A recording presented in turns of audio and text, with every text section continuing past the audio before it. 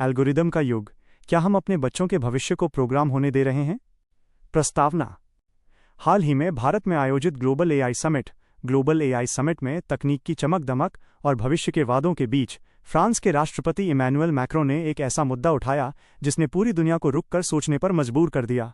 उनका बयान स्पष्ट था, 15 या 16 साल से कम उम्र के बच्चों को सोशल मीडिया प्लेटफॉर्म का खुला इस्तेमाल नहीं करने देना चाहिए। यह बयान केवल एक राजनीतिक सुझाव नहीं था, बल्कि ये एक चेतावनी थी, एक ऐसी पीढ़ी के बारे में जो खेल के मैदानों में नहीं, बल्कि एल्गोरिदम की भूल भुलैया में बड़ी हो रही है। 1. अदृश्य डोर, एल्गोरिदम का खेल। हम अक्सर सोचते हैं कि सोशल मीडिया का उपयोग हमारी मर्जी पर निर्भर है, लेकिन वास्तविकता इससे कहीं अधिक जटिल है। जब एक 13 साल का बच्चा यूट्यूब या इंस्टाग्राम पर स्क्रॉल करता है, तो वो केवल वीडियो नहीं देख रहा होता, वो एक सुपर कंप्यूटर के साथ बातचीत कर रहा होता है।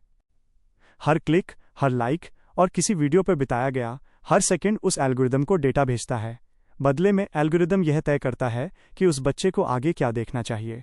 ये एक अंतहीन चक्र, लूप है। मैक्रों की चिंता का मुख्य कारण यही था। एल्गोरिदम का उद्देश्य बच्चे को शिक्षित करना या उसका भला करना नहीं है। उसका एकमात्र उद्देश्य है बच्चे का ध्यान, अटेंशन खींचकर रखना। और ध्यान खींचने के लिए अक्सर सनसनीखेज, भ्रामक या भावनात्मक रूप से उत्तेजित करने वाली सामग्री परोसी जाती है। 2.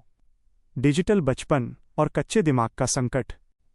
विज्ञान बताता है कि किशोरावस्था, टीनेज, मानव मस्तिष्क के विकास का सबसे महत्वपूर्ण चरण होता है। इस उम्र में आलोचनात्मक सोच, क्रिटिकल थिंकिंग विकसित हो रही होती है। भावनाओं पर नियंत्रण कमजोर होता है। समाज और दोस्तों की स्वीकृति, वैलिडेशन, सबसे ज्यादा मायने रखती है। जब ऐसे कच्चे दिमागों को सोशल मीडिया के सामने खुला छोड़ दिया जाता है, तो परिणाम घातक हो सकते हैं। बच्चे उन इन्फ्लुएंसर्स से अपनी तुलना करने लगते हैं जो एक अवास्तविक और फिल्टर की गई जीवनशैली जीते हैं। इससे बच्चों में आत्मविश्वास की कमी, डिप्रेशन और अपने शरीर को लेकर हीन भावना, बॉडी इमेज इश्यूज पैदा होती है। सवाल ये है, क्या हम बच्चों को दुनिया को समझना सिखा रहे हैं या उन्हें ये बता रहे हैं कि दुनिया में सिर्फ दिखावा ही सच है? 3. लोकतंत्र और नैरेटिव की लड़ाई। मैक्रों के बयान का एक दूसरा और शायद अधिक गहरा पहलू राजनीतिक और सामाजिक था। उन्होंने बताया कि इनमें से अधिकांश सोशल मीडिया प्लेटफॉर्म विदेशी कंपनियों द्वारा नियंत्रित हैं। इसका अर्थ यह है कि हमारे देश के भविष्य यानी हमारे बच्चों की सोच, उनके मूल्य और उनके राजनीतिक विचार उन कंपनियों के एल्गोरिदम द्वारा तय किए जा रहे हैं जो हमारे देश के प्रति जवाबदेह नहीं हैं। कौन सा विचार ट्रेंड करेगा? कौन सा सच दबा दिया जाएगा? किसे हीरो और किसे विलेन बनाया जाएगा? ये सब एक एल्गोरिदम तय कर रहा है। यदि आने वाली पीढ़ी की सोच ध्रुवीकरण, पोलराइजेशन और गलत सूचनाओं, मिस इन्फॉर्मेशन की नींव पर टिकी होगी, तो ये लोकतंत्र के भविष्य के लिए एक बड़ा खतरा है। 4. प्रतिबंध बनाम सुरक्षा, बीच का रास्ता क्या है? इस मुद्दे पर दुनिया 2 हिस्सों में बंटी है। कुछ का मानना है कि पूर्ण प्रतिबंध अभिव्यक्ति की स्वतंत्रता पर हमला है। वे कहते हैं कि आज के दौर में बच्चों को तकनीक से दूर रखना, उन्हें पीछे धकेलना होगा। वहीं समर्थकों का कहना है कि जैसे हम बच्चों को शराब पीने या गाड़ी चलाने की अनुमति एक निश्चित उम्र से पहले नहीं देते, वैसे ही सोशल मीडिया जो दिमाग पर गहरा असर डालता है, के लिए भी एक उम्र सीमा होनी चाहिए। संभावित समाधान, शायद इसका हल पूर्ण प्रतिबंध नहीं, बल्कि जिम्मेदार नियंत्रण है। 1. सख्त आयु सत्यापन, एज वेरिफिकेशन, ये सुनिश्चित करना कि यूजर वास्तव में बालिग है या नहीं। 2. एल्गोरिदम में पारदर्शिता, कंपनियों को ये बताना होगा कि वे बच्चों को क्या दिखा रही हैं और क्यों। 3. डिजिटल शिक्षा, स्कूलों में बच्चों को यह सिखाना कि एल्गोरिदम कैसे काम करता है ताकि वे इसके गुलाम न बने। 4. माता पिता की भूमिका, स्क्रीन टाइम लिमिट और पैरेंटल लॉक का सख्ती से पालन। निष्कर्ष, हम क्या बना रहे हैं? तकनीक एक शानदार नौकर है, लेकिन एक बहुत बुरा मालिक। इमैनुअल मैक्रों का बयान हमें आईना दिखाता है। आज के बच्चे कल के नेता, वैज्ञानिक और नागरिक बनेंगे। हमें खुद से ये सवाल पूछना होगा, क्या हम एक ऐसी पीढ़ी तैयार कर रहे हैं जो स्वतंत्र रूप से सोच सके, थिंकर्स, या हम सिर्फ ऐसे लोग बना रहे हैं जो वही सोचते हैं जो उन्हें एल्गोरिदम सोचने पर मजबूर करता है? भविष्य इस बात पर निर्भर नहीं करेगा कि हमारे पास कितनी स्मार्ट एआई है, बल्कि इस बात पर निर्भर करेगा कि हमारे बच्चे कितने मानवीय और समझदार बचे रहते हैं। ये समय है कि हम तकनीक के हाथों से लगाम अपने हाथों में लें, इससे पहले कि बहुत देर हो जाए। कच्ची उम्र, डिजिटल जहर, क्यों 13-14 साल के बच्चों के लिए सोशल मीडिया खतरनाक है? प्रस्तावना। आज के डिजिटल युग में 13 या 14 साल की उम्र केवल किशोरावस्था की शुरुआत नहीं है, बल्कि यह एक डिजिटल युद्ध क्षेत्र में प्रवेश करने की उम्र बन गई है। ये वह समय होता है जब एक बच्चा बचपन से निकलकर वयस्कता की ओर पहला कदम बढ़ाता है। शारीरिक और मानसिक रूप से ये बदलाव का दौर है। लेकिन जब इस नाजुक दौर में बच्चों के हाथों में सोशल मीडिया की अनियंत्रित दुनिया सौंप दी जाती है, तो परिणाम भयावह हो सकते हैं। जो 3 मुख्य बिंदु मानसिक सुरक्षा, एल्गोरिदम की लत और साइबर सुरक्षा उठाए गए हैं, वे केवल चिंताएं नहीं, बल्कि आज की हकीकत हैं। आइए इनका विस्तार से विश्लेषण करें। 1. मानसिक सुरक्षा, आलोचनात्मक सोच का अभाव और हीन भावना का जन्म। 13-14 साल की उम्र को मनोवैज्ञानिक कच्ची मिट्टी का दौर कहते हैं। इस उम्र में मस्तिष्क का वो हिस्सा, प्रीफ्रंटल कॉर्टेक्स, जो तर्क करने, सही गलत का फर्क समझने और आवेगों को नियंत्रित करने के लिए जिम्मेदार होता है, पूरी तरह विकसित नहीं होता। सच्चाई और दिखावे में फर्क न कर पाना। सोशल मीडिया पर हर कोई अपनी जिंदगी के सबसे बेहतरीन पल साझा करता है। इंस्टाग्राम पर दिखने वाले चेहरे फिल्टर से गुजरे होते हैं, जीवनशैली क्यूरेटेड होती है और खुशियां अक्सर दिखावटी होती हैं। एक वयस्क शायद ये समझ ले कि ये सब सच नहीं है, लेकिन एक 13 साल का बच्चा इसे ही परम सत्य मान लेता है। तुलना का जहर। जब एक किशोर अपने साधारण जीवन की तुलना किसी इन्फ्लुएंसर की चमक दमक वाली दुनिया से करता है, तो उसके मन में सवाल उठता है, मेरी जिंदगी इतनी बोरिंग क्यों है? मैं इतना सुंदर क्यों नहीं दिखता? मेरे पास ये चीजें क्यों नहीं हैं? हीन भावना, इन्फीरियॉरिटी कॉम्प्लेक्स। यह निरंतर तुलना धीरे धीरे हीन भावना में बदल जाती है। बच्चा खुद को कमतर आंकने लगता है। बॉडी इमेज इश्यूज, खाने से जुड़े विकार, ईटिंग डिसऑर्डर्स और खुद को नुकसान पहुंचाने की प्रवृत्तियां इसी उम्र में सोशल मीडिया के कारण सबसे ज्यादा पनपती हैं। उनकी आत्मछवि, सेल्फ इमेज लाइक्स और कमेंट्स की मोहताज हो जाती है। 2. एल्गोरिदम का जाल, डोपामाइन की लत और डिजिटल नशा। ये समझना बहुत जरूरी है कि सोशल मीडिया प्लेटफॉर्म कोई समाज सेवा नहीं कर रहे हैं। वे मुनाफा कमाने वाली कंपनियां हैं। उनका उत्पाद कंटेंट नहीं है, उनका उत्पाद उपयोगकर्ता का ध्यान, यूजर अटेंशन है। लत का विज्ञान, the science of addiction. Silicon valley के इंजीनियर और मनोवैज्ञानिक इन ऐप्स को जानबूझकर ऐसा डिजाइन करते हैं कि ये एक स्लॉट मशीन, जुए की मशीन की तरह काम करें। जब आप फोन को रिफ्रेश करते हैं, तो आपको नहीं पता होता कि आपको क्या मिलेगा, एक मजेदार वीडियो, एक लाइक या एक मैसेज। ये अनिश्चितता दिमाग में डोपामीन रिलीज करती है। शराब और ड्रग्स जैसी लत। जैसा कि तर्क दिया गया है, हम बच्चों को शराब या सिगरेट नहीं देते क्योंकि उनके शरीर और दिमाग को नुकसान होता है। सोशल मीडिया की लत भी दिमाग के उन्हीं हिस्सों को सक्रिय करती है जो कोकीन या जुए की लत के दौरान सक्रिय होते हैं। ध्यान भटकाना, अटेंशन स्पैन। 15-15 सेकंड की रील्स और शॉर्ट्स ने बच्चों के ध्यान केंद्रित करने की क्षमता, अटेंशन स्पैन को पूरी तरह नष्ट कर दिया है। उन्हें हर पल कुछ नया और उत्तेजक चाहिए। इसका सीधा असर उनकी पढ़ाई, नींद और वास्तविक जीवन के रिश्तों पर पड़ता है। वे एक आभासी दुनिया में कैद होकर रह जाते हैं, जहां से निकलना उनके वश में नहीं होता। 3.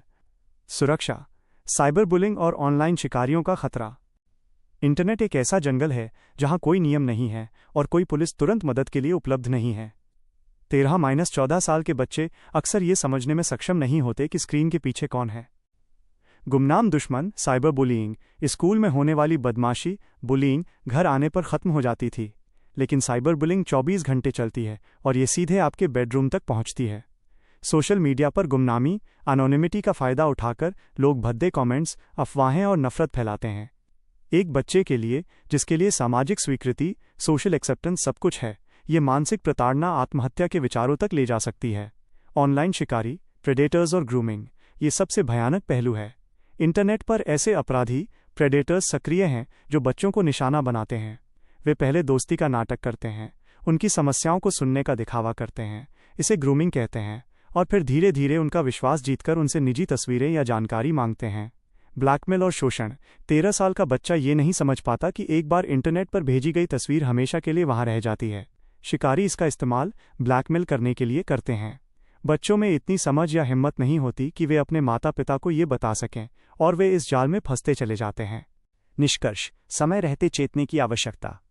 अंत में यह कहना गलत नहीं होगा कि 13-14 साल की उम्र में बच्चों को सोशल मीडिया की दुनिया में खुला छोड़ देना उन्हें एक ऐसी गहरी नदी में धक्का देने जैसा है जिसकी गहराई और बहाव का उन्हें कोई अंदाजा नहीं है।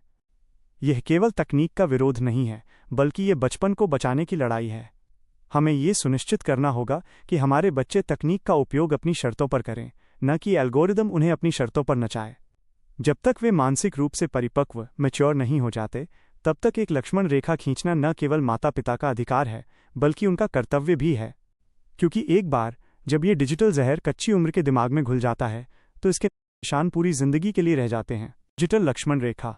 बिना झगड़े के बच्चों को सोशल मीडिया से सुरक्षित कैसे रखें? एक विस्तृत माता पिता गाइड। प्रस्तावना। एक माता पिता के रूप में आज आपकी सबसे बड़ी चुनौती ये नहीं है कि बच्चा पढ़ाई कर रहा है या नहीं, बल्कि ये है कि वो स्क्रीन पर क्या देख रहा है। जब आप 13 या 14 साल के बच्चे से फ़ोन लेने की कोशिश करते हैं या इंस्टाग्राम डिलीट करने को कहते हैं तो अक्सर घर में युद्ध जैसा माहौल बन जाता है। बच्चे इसे अपनी आज़ादी पर हमला मानते हैं और माता पिता इसे सुरक्षा का नाम देते हैं। लेकिन क्या बिना विलेन बने बच्चों को सुरक्षित रखना संभव है? जवाब है हाँ। इसके लिए तानाशाही डिक्टेटरशिप की नहीं बल्कि रणनीति स्ट्रैटेजी की ज़रूरत है। यहाँ चरण दर चरण स्टेप बाय स्टेप तरीका बताया गया है। चरण 1। संवाद का पुल बनाएं। नियम बनाने से पहले बात करें। अचानक फ़ोन छीन लेना या वाईफाई बंद कर देना विद्रोह रिबेलियन को जन्म देता है। इससे बच्चा आपसे छिपकर चीज़ें करना शुरू कर देगा। 1। क्यों का जवाब दें। बच्चे को सिर्फ ये मत कहिए कि नहीं चलाना है, उन्हें समझाइए कि क्यों। वैज्ञानिक तथ्य बताएं। उन्हें बताएं कि सिलिकॉन वैली की कंपनियां उनके दिमाग को हैक करने के लिए एल्गोरिदम का इस्तेमाल कैसे करती हैं। उन्हें डोपामीन और लत के विज्ञान के बारे में एक वयस्क की तरह समझाएं। उनकी दुनिया को समझें। उनसे पूछें, तुम्हें इंस्टाग्राम पर क्या अच्छा लगता है? जब वे देखें कि आप उनकी रुचि को समझने की कोशिश कर रहे हैं, न कि सिर्फ जज करने की, तो वे आपकी बात सुनेंगे। 2। हम बनाम तुम नहीं, हम बनाम समस्या। बातचीत को ऐसे रखें कि आप और बच्चा एक टीम है और सोशल मीडिया एक बाहरी चुनौती है जिसे साथ मिलकर मैनेज करना है। गलत तरीका, तुम दिन भर फ़ोन में लगे रहते हो। सही तरीका, मुझे लगता है कि ये फ़ोन हम दोनों के बीच दीवार बन रहा है, चलो इसे ठीक करने का कोई तरीका निकालते हैं। चरण 2। तकनीकी सुरक्षा चक्र, द टेक्निकल सेफ्टी नेट। बातचीत ज़रूरी है लेकिन पर्याप्त नहीं। 13-14 साल की उम्र में आत्मनियंत्रण सेल्फ कंट्रोल कमज़ोर होता है, इसलिए तकनीकी मदद लें। इसे जासूसी नहीं बल्कि हेलमेट की तरह पेश करें। 1। अंतर्निहित टूल्स, बिल्ट इन टूल्स का उपयोग। गूगल फैमिली लिंक एंड्रॉयड के लिए ये सबसे शक्तिशाली टूल है। आप इससे तय कर सकते हैं कि बच्चा कौन सा ऐप डाउनलोड कर सकता है, स्क्रीन टाइम कितना होगा और रात में फ़ोन कब लॉक हो जाएगा। एप्पल स्क्रीन टाइम आईफोन के लिए, इसमें आप डाउन टाइम सेट कर सकते हैं और विशिष्ट ऐप्स जैसे सोशल मीडिया के लिए समय सीमा निर्धारित कर सकते हैं। 2। राउटर लेवल ब्लॉकिंग, अपने घर के वाईफाई राउटर पर पेरेंटल कंट्रोल सेट करें।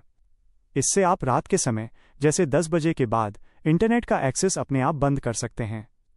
जब इंटरनेट ही नहीं होगा तो बहस की गुंजाइश नहीं रहेगी। 3। पासवर्ड समझौता, नियम बनाएं कि जब तक वे 16 या 18 साल के नहीं हो जाते उनके सोशल मीडिया पासवर्ड माता पिता के पास रहेंगे। ये जासूसी के लिए नहीं बल्कि आपात स्थिति इमरजेंसी के लिए है। चरण 3। डिजिटल संविधान, फैमिली मीडिया एग्रीमेंट। नियम हवा में नहीं होने चाहिए, वे लिखित होने चाहिए। एक फैमिली एग्रीमेंट पेपर पर लिखें और उस पर सभी के हस्ताक्षर लें, माता पिता के भी। महत्वपूर्ण नियम जो एग्रीमेंट में होने चाहिए। 1। Bedroom equals no phone zone, ये सबसे महत्वपूर्ण नियम है। रात को सोने से कम 1 घंटा पहले फ़ोन लिविंग रूम में चार्जिंग पर लगा दिया जाएगा। बेडरूम में फ़ोन न होने से नींद की गुणवत्ता सुधरती है और रात में होने वाली ऑनलाइन बदमाशी, साइबर बुलिंग का खतरा कम होता है। 2। भोजन का समय equal screen free, dinner table पर कोई फ़ोन नहीं होगा, यहाँ तक कि माता पिता का भी नहीं। 3। असली दुनिया पहले, सोशल मीडिया का उपयोग तभी किया जा सकता है जब होमवर्क, खेल और घर के काम पूरे हो जाएं। 4। गोपनीयता की शर्त, मैं कभी भी अपना पता, स्कूल का नाम या निजी तस्वीरें किसी अजनबी को नहीं भेजूंगा। चरण 4। फोमो, छूट जाने का डर को संभालना। बच्चे सबसे ज़्यादा इस बात से डरते हैं कि अगर वे सोशल मीडिया पर नहीं होंगे तो वे दोस्तों से कट जाएंगे। Fear of missing out minus FOMO. समाधान, वैकल्पिक संपर्क, उन्हें व्हाट्सएप या टेक्स्ट मैसेज की अनुमति दें ताकि वे दोस्तों से बात कर सकें, लेकिन सोशल मीडिया फीड जहां एल्गोरिदम काम करता है से दूर रहें। रुचियों को बढ़ावा दें, अगर आप उनसे डिजिटल मनोरंजन छीन रहे हैं तो उन्हें असली मनोरंजन दें। उन्हें गिटार क्लास, बैडमिंटन, पेंटिंग या किसी क्लब में शामिल कराएं। जब वे असली दुनिया में व्यस्त होंगे तो आभासी दुनिया, वर्चुअल वर्ल्ड की ज़रूरत कम होगी। मेरे माता पिता सख्त हैं कार्ड, बच्चों को एक बहाना दें। उन्हें सिखाएं कि वे दोस्तों से कह सकें, यार मेरे माता पिता बहुत सख्त हैं, मुझे इंस्टाग्राम की इजाज़त नहीं है। इससे वे पीयर प्रेशर से बच जाते हैं और कूल भी बने रहते हैं, क्योंकि दोष माता पिता पर आ जाता है। चरण 5, माता पिता का उदाहरण, लीड बाय एग्जाम्पल। ये कड़वा सच है, लेकिन बच्चे वही करते हैं जो वे देखते हैं, न कि जो वे सुनते हैं। अगर आप खुद दिन भर रील स्क्रॉल कर रहे हैं या डिनर टेबल पर फ़ोन चेक कर रहे हैं, तो आपका कोई भी नियम काम नहीं करेगा। डिजिटल उपवास, हफ्ते में एक दिन जैसे रविवार पूरे परिवार के लिए नो स्क्रीन डे घोषित करें। अपनी स्क्रीन टाइम रिपोर्ट दिखाएं, बच्चों के साथ प्रतियोगिता करें। देखते हैं इस हफ्ते किसका स्क्रीन टाइम कम रहता है।